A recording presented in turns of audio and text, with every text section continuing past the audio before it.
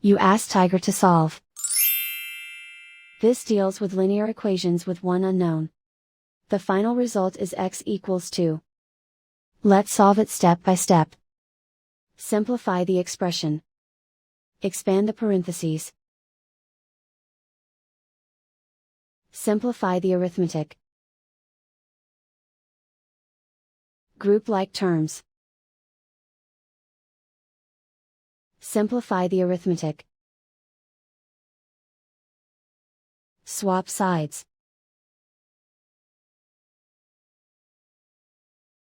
Group all constants on the right side of the equation. Add 29 to both sides. Simplify the arithmetic.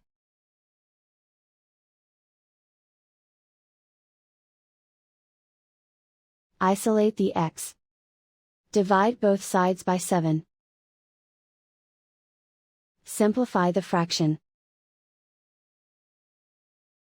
Find the greatest common factor of the numerator and denominator. Factor out and cancel the greatest common factor. And so the final result is x equals 2.